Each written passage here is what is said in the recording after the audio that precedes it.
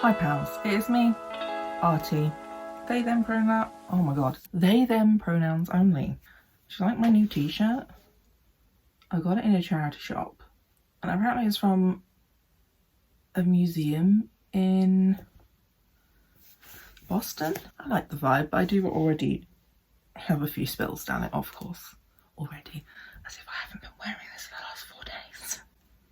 Anyway, my video today, I thought I would talk a bit more about how do I explain this? So in my recent video, the depression cleanup, I talked through some of my room layout hacks to help my ADHD, chronic illness, autism, blah blah blah.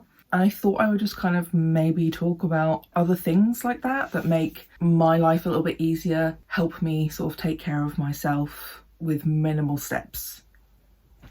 If that makes any sense. So it's kind of like hacks for the executive dysfunctioned.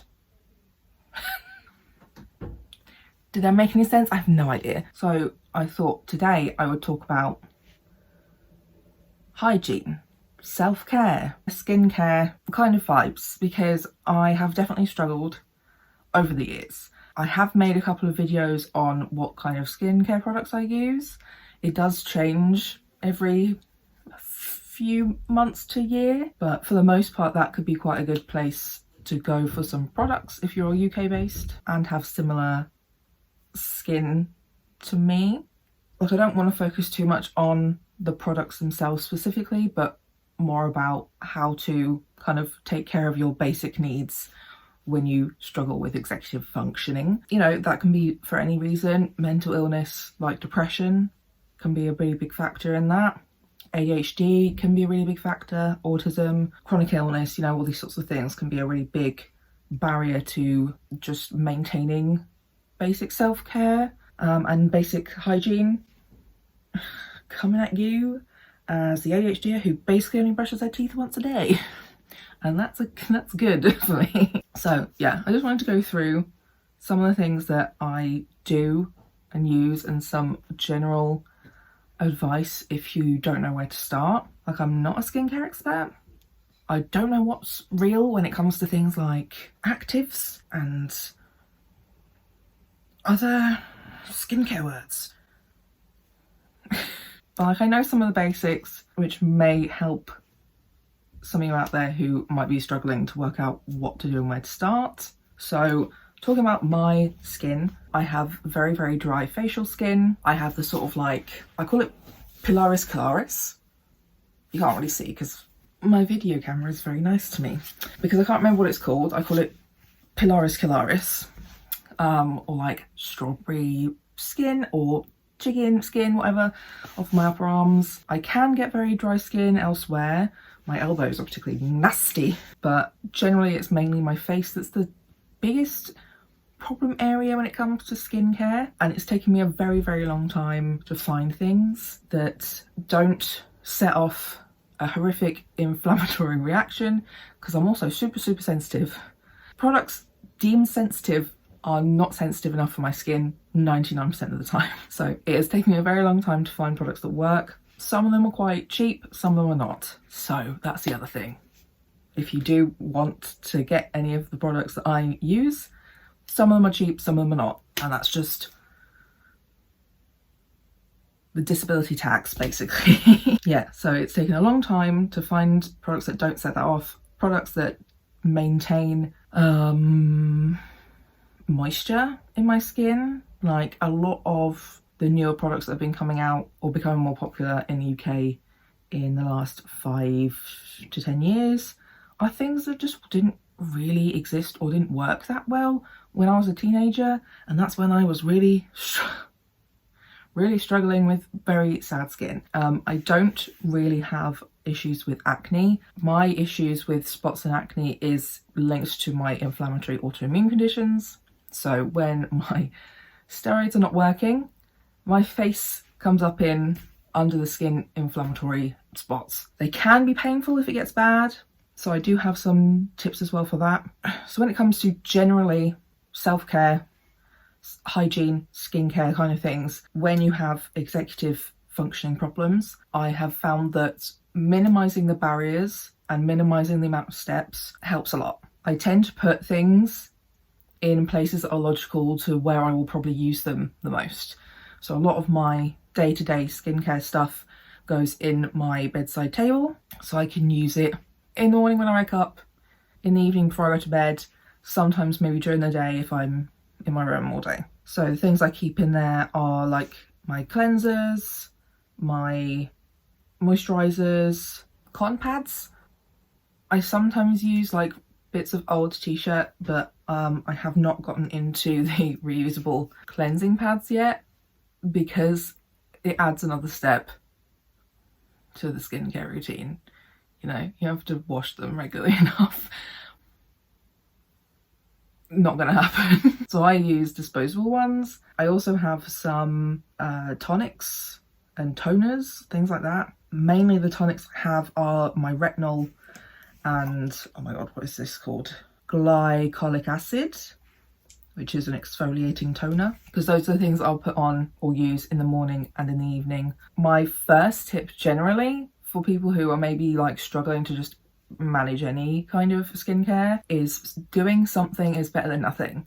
Obviously certain things are going to damage your skin, so like don't do those, but like the doing something is something off the list of things people tell you you're supposed to do, you know? So I say for most people, the two things that are sort of the best thing to be starting with, you can do both or either. Like, this is what I mean. Doing one of them is better than not doing either of them. So yeah, one of them is cleansing your face. I've found a cleanser I now absolutely love because it kind of does cleansing and moisturizing. So if I'm not, like if I'm really having a dysfunction, it kind of does both things. So this is the one that I use. It's L'Oreal Paris Fine Flowers Milk for dry and sensitive skin. It's rose and jasmine smell, but yeah, as an autistic, I don't find this a particularly offensive smell. It's not very strong. I quite like it, but I understand that may be an issue for other people. I like that as a cleanser because it can be very moisturizing as well. Kind of does a bit of a two-in-one kind of thing. Otherwise, I tend to use a lot of Simple products. Literally, the brand is called Simple in the UK. So that's another really good cleanser that I think has probably less smell as well. That's also like a brand that's for sensitive skin and one of the few brands that I can agree with. The other step, moisturizing, depending on what skin type you have, obviously depends on what's the best moisturizer for you, but also, again, moisturizing at all is better than not, because I have found that if I do let my skincare slip, my face can get very angry and that just makes me feel worse overall than if I just keep up some of these very basic steps to my skincare routine. So these are like the main three moisturizers I use at the moment on my face. So one is Aveeno. Like they used to do this one and a green one. They were kind of like, it didn't matter whether it was face or body. Now they've come up with like a whole facial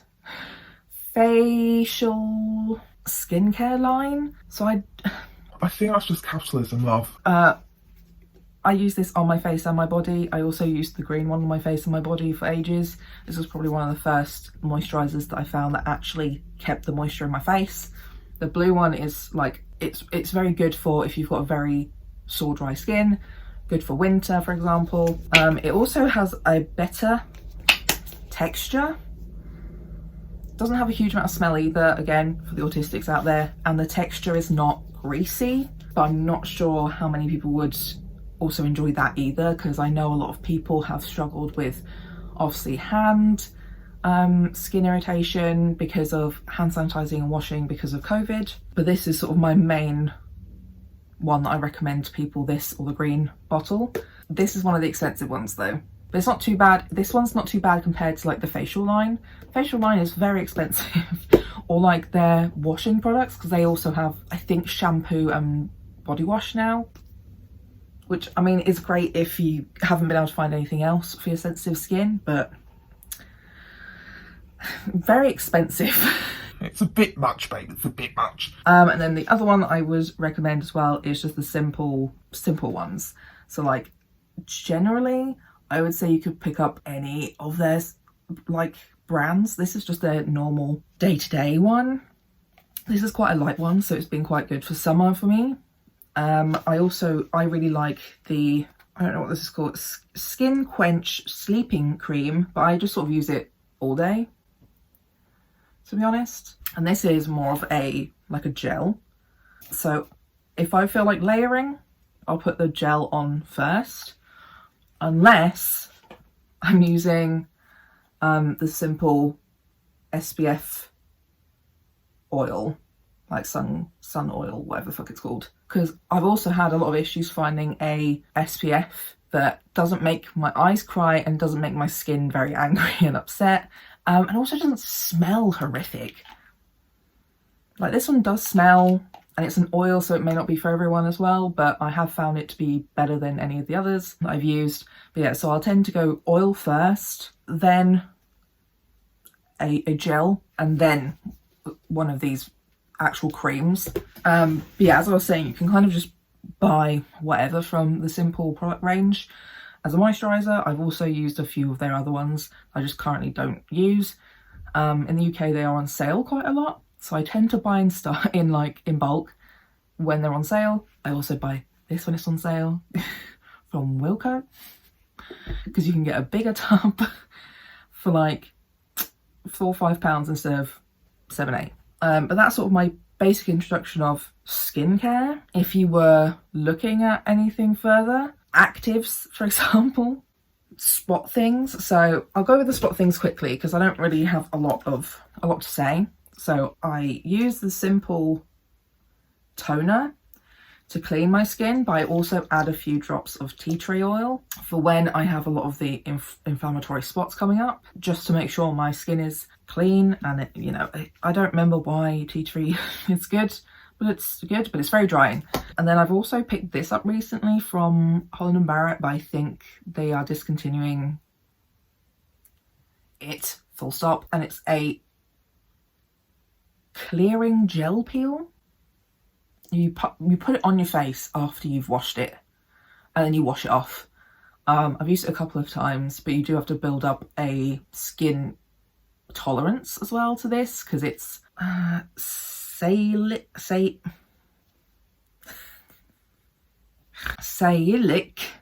acid. I thought I was using a salicylic acid, but apparently I'm using glycolic acid, so that tells you a lot. Yeah, it says that you put it on for a certain amount of time and then wash it off, but if it does start to burn, you wash it off sooner, Like, it doesn't mean it's bad that it's starting to burn, but it means that you can't tolerate it for long. So this is just sort of like a heavier duty kind of spot treatment, I guess.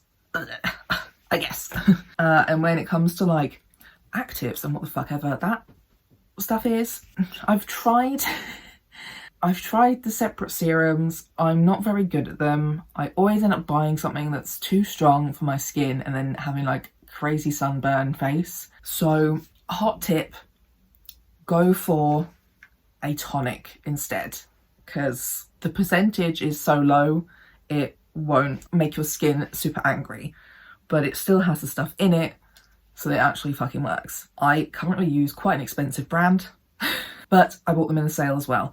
I have been wanting to try these for a while because I watch Melanie Murphy and she talks skincare stuff a lot. And I did have a random cheapy retinol tonic from Boots a while ago that I enjoyed, except from the smell. The smell was awful. It smelled like old grannies. So yeah, I currently have the Pixie retinol tonic. I mainly will use this one before bed. And I also have the Pixie Glow Tonic, which is, the glycolic acid, and it's an exfoliating toner.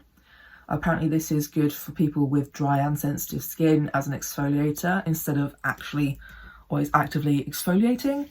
And I have definitely found, actually, with my more recent skincare routine, I don't feel the need to be exfoliating my face as much because my skin does stay soft. And there's a lot less build-up because I'm cleansing my face almost daily, if not every other day or twice a day. But yeah, technically you can use these morning or night, doesn't really matter. but both of them you should be wearing SPF, but also I don't go outside. The UK doesn't get any sun, so I'm not very on it with the SPF, I won't lie. I also have two things that I sort of make myself. It's not that difficult. One of them's I mix baby oil with lavender oil, and I use this all over my body when I'm feeling sad and I just want to feel something again. And I also do the same thing with coconut oil, and I use it in here. I find coconut oil is really good for... Is that even coconut? Yes, it is. I thought it was something else. I put things in tiny jars and forget what they are. Coconut oil and lavender oil are supposed to be quite good for healing things, so I do tend to use this if I've got any like cuts or anything like that. I use it on my face sometimes if I feel like I just need a bit of an extra like intense moisturizing session. I also sometimes use it on my hair and my scalp, but not very often because I hate it. Autism. But you can get quite big tubs of coconut oil and then like a little bottle of lavender oil that lasts ages, quite cheap. It can be quite a good alternative.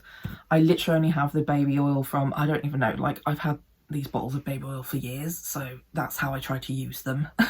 I probably won't be purchasing them very often again once I've finished them, but I just thought I'd say this is a good and better option anyway. Yeah, I use it on really dry patches of skin too. I also use it on like areas where I've had like a plaster on, for example, or to help get the plaster off for like blood tests or, you know, anything that's left residue behind. It's been quite good for that. This is what I also use on my body for like moisturizing. This is also, is it expensive? It kind of is expensive. Palmer's cocoa butter. I just grabbed whatever, to be honest. Some people use it for tattoo healing, some don't. But yeah, I use this on like really dry areas or all over my skin, like my legs and stuff, if I have been neglecting it. And I have been, so I probably should use this, but it's a really good body one, but it is quite greasy. Shower things, I suppose, is next. This is my new favourite face wash. It's another simple product, of course. Moisturizing facial wash. Smooth and healthy looking skin, vitamin B5 and E, and pro amino acids, whatever that means. But it makes my skin feel soft, and it's not the squeaky clean feeling, because I have learned you're not supposed to feel squeaky clean, it's supposed to feel soft. So this is sort of my new favourite. My mum uses it too. And then when it comes to body wash, it doesn't really matter for me. But I do enjoy ones that smell nice. So one of my favourite brands for like body washes is Original Source. So this is one of the ones I have at the moment, is the coconut and shea butter, whatever. But I also I really like the lavender one they have, and I do like the mint and tea tree, I think it is, in the summer. But yeah, it's a nice smell and it's a nice feeling on my body. So because I have dry face skin, I have a dry scalp too, and you can always end up seeing it sort of around here. It flakes right in the front, so everyone can see I have a dry scalp and thinks it's dandruff.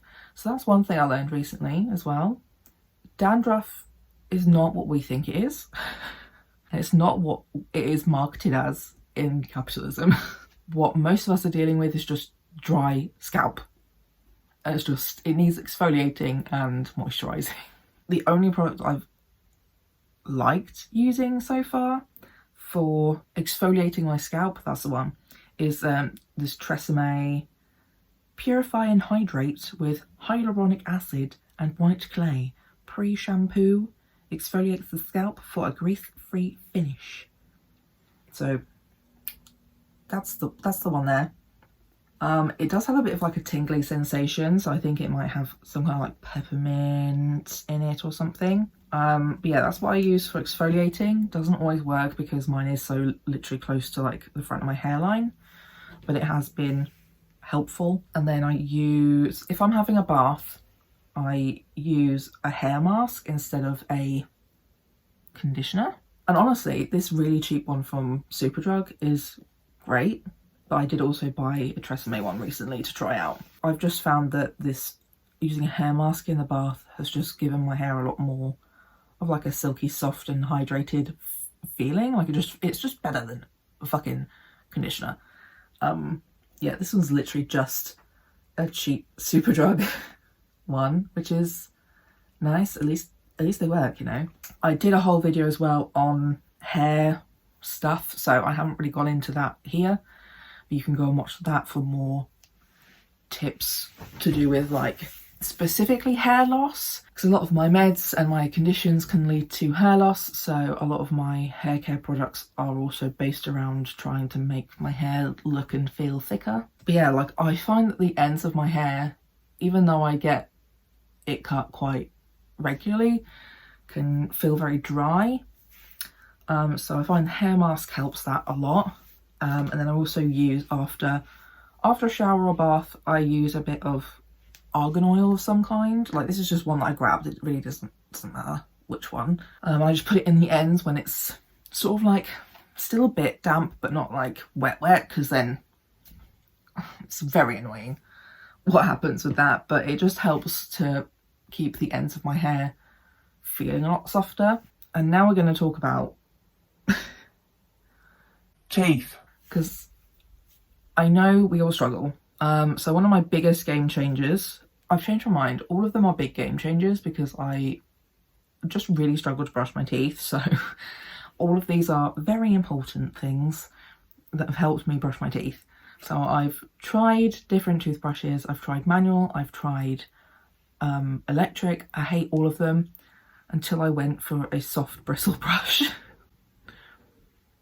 Why did this take me so long?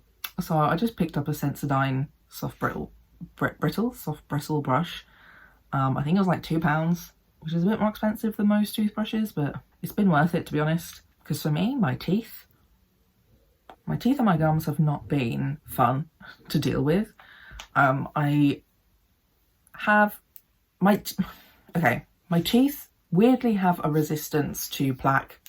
So they are pretty fine and healthy, actually. They do have a bit of staining because I like to drink and consume things that stain my teeth.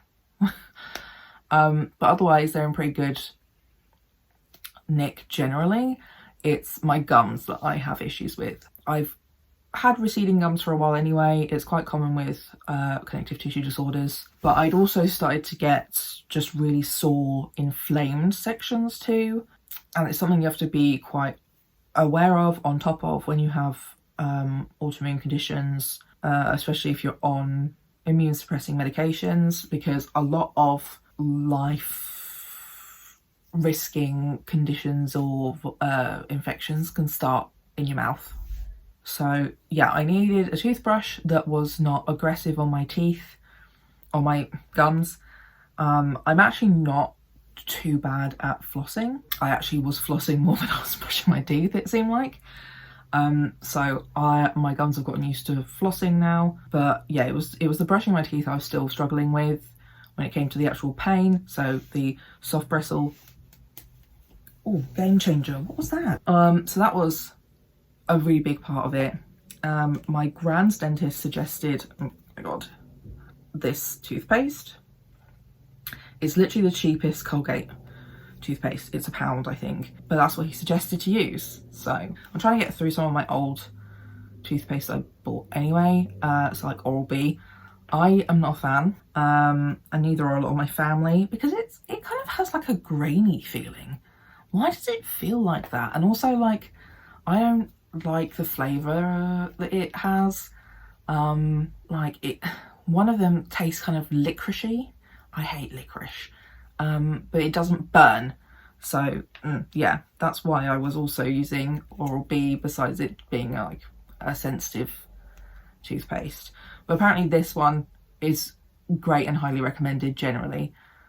So I've found that great, fine, useful, helps me feel a bit less concerned about what I'm buying because it's cheap and it's been recommended by my dentist. I had to jump back on because I forgot about my mouth rinse, I think it's.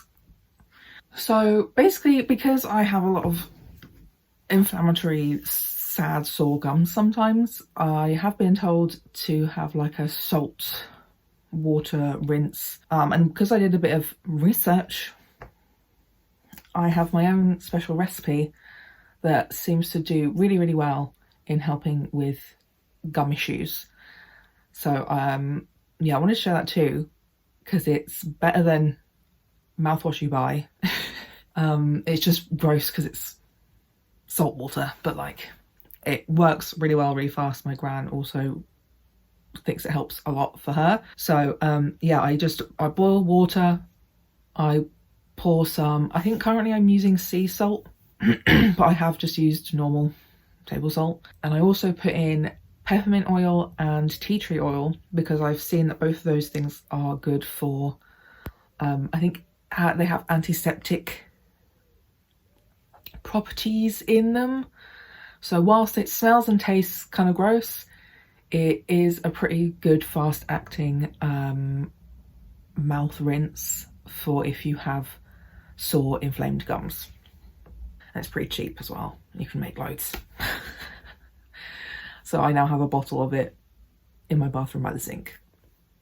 Had to share, couldn't leave that out. Now, getting into sort of doing these things regularly. Like I said, I have a lot of my skincare stuff in my bedside table because that's where I'm most likely to use it at the beginning and end of the day. With my hair care stuff, so like the hair oil, that will be in my bathroom. So because that's where I'll go after my shower, and I'll put it in my hair before I do anything else really. Obviously everything else tends to sit in the bathroom anyway, all those other products. But like when it comes to brushing my teeth, my dentist said that it's most important to brush them before you go to bed because everything you've eaten in the day is on your teeth in your mouth, and your mouth dries out overnight, which increases the risk of bacteria, gross things like that. So he said if you're struggling to brush your teeth, focus on brushing before bed for that reason. So that's what I've been doing the last year, I think, is where I've been trying to practice doing it. And the way that I've personally found that's helped me is that I pair brushing my teeth with my final pee of the day before I go to bed, because they will both be in the bathroom. Because if I don't do that, then I won't be getting up to brush my teeth. So